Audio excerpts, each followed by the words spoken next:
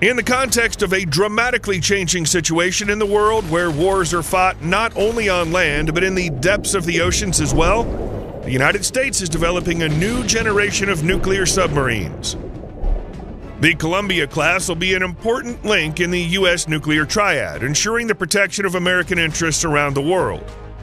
But how long will these underwater giants remain relevant as guardians of the nuclear balance? Let's find out.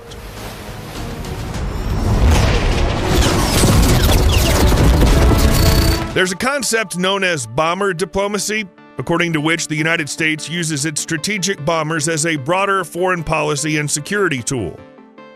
Thus, it's become commonplace for many to see Boeing B-52 Stratofortress and Rockwell B-1 Lancer bombers in the skies, often flying alongside Allied fighter jets, thereby sending strategic deterrence signals to both China and North Korea in Asia, along with Russia over in Europe. Such flights are also considered an effective tool for reassuring U.S. allies in both theaters of war. This reassurance, like deterrence, is achieved by increasing the visibility of the bombers. Well, now the Navy has a similar thing going on. Only here the role of diplomats was given to nuclear submarines carrying nuclear ballistic missiles, SSBNs. The emergence of such underwater diplomacy is especially remarkable given that submarines were never intended to be visible. It's not for nothing that these underwater operations have long been called silent service. Thanks to its invisibility, the submarine fleet has high survivability, which gives it a guaranteed possibility of a second strike, also known as a retaliatory strike. But as soon as the submarine becomes visible, opponents quickly recognize its location, which makes the ship vulnerable and undermines its value as a deterrent. However, it seems that the once traditional understanding of this very submarine fleet invisibility is already outdated. The first overt public deployment of SSGNs, nuclear-powered cruise missile submarines, as a diplomatic cudge occurred in 2017 at the height of tensions with the DPRK. It included a visit by the Ohio-class submarine USS Michigan to South Korea. In 2020, one of the Ohio-class SSGNs, USS Georgia, quite noticeably deployed on the surface through the Strait of Hormuz into the Gulf. The idea of visible deterrence was mentioned again in October 2022 Nuclear Posture Review, which discussed work with allies and partners to identify opportunities to increase the visibility of U.S. strategic assets to the Indo-Pacific region as a demonstration of U.S. resolve and commitment, including ballistic missile submarine port visits and strategic bomber missions.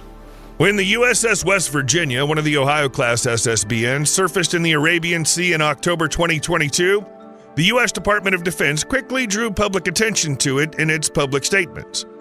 This was a particularly important development given that nuclear deterrence issues were once again in the spotlight due to the war in Ukraine. So this message was clearly heard in Beijing, Pyongyang, Moscow, and Tehran. Since then, the U.S. Navy has become noticeably more likely to report not only on the deployment of its nuclear submarines, but also on its activities in the Pacific Ocean in general. However, the main dilemma for the U.S. Navy in all this is that its first Ohio-class SSGNs, the USS Ohio and USS Florida, were scheduled to be decommissioned as early as 2026.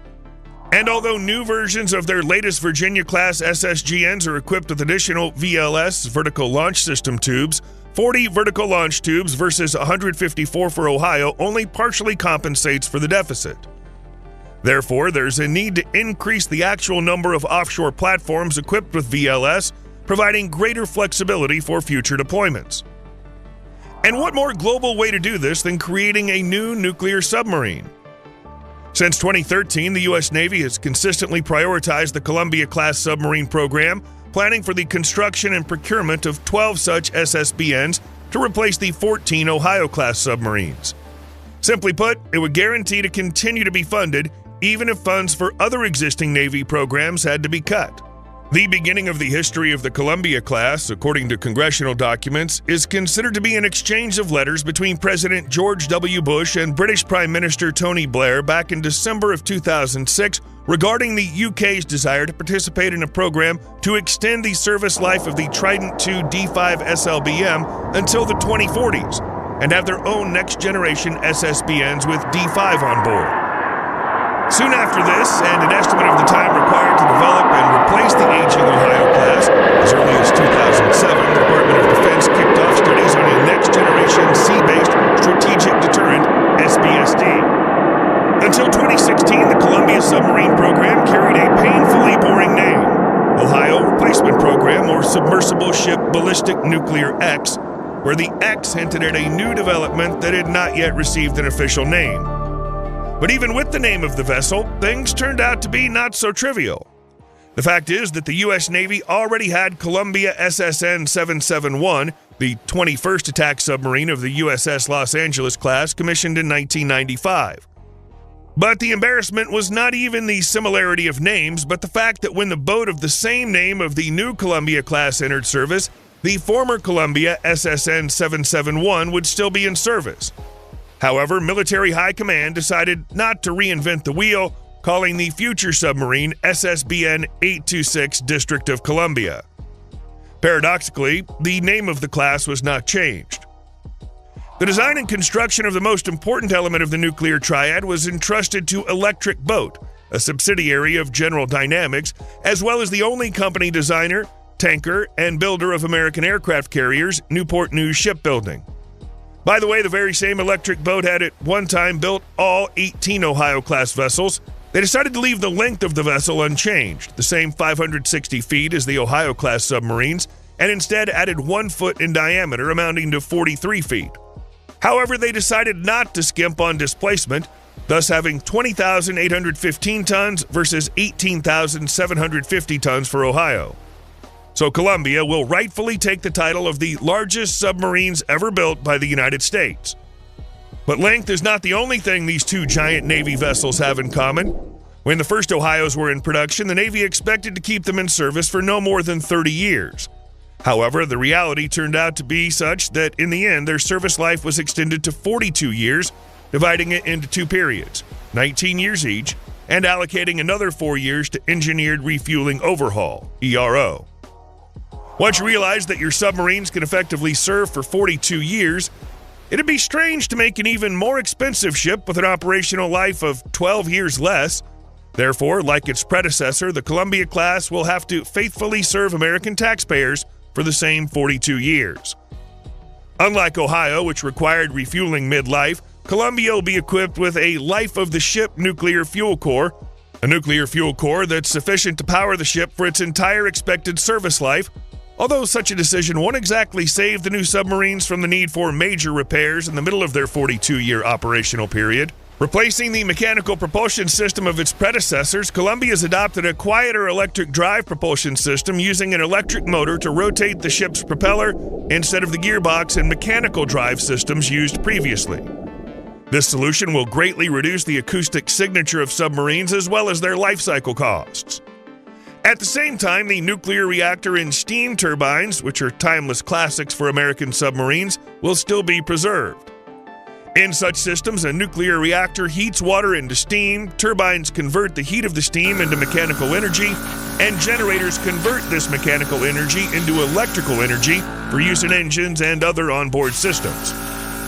In general, turboelectric drives were successfully used on American battleships and aircraft carriers in the first half of the 20th century, as well as on the small nuclear submarine USS Tolleby in the late 1950s. Clarifying additional information about the design of future Columbias, Naval Sea Systems Command highlighted the following: standard equipment developed for previous submarine designs, Virginia-class SSNs, including jet propulsion, anechoic coating, and a larger aperture bow, LAB, sonar system, sail-mounted dive planes, X-shaped aft control surfaces, hydroplanes. Submarine Warfare Federated Tactical System, SWFTS, is a cluster of systems that combine sonar, optical imaging, weapon control, and other components.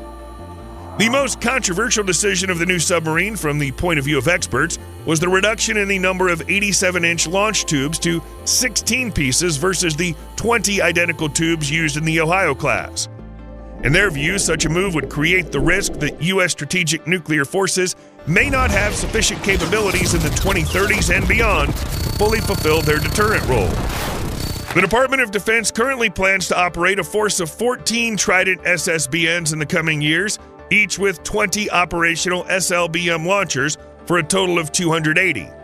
Meanwhile, the U.S. Navy will, in the scope of the Columbia-class program, set up a force of 12 submarines with 16 tubes, or 192 in total, which is 31% less than the 280 from the previous submarines.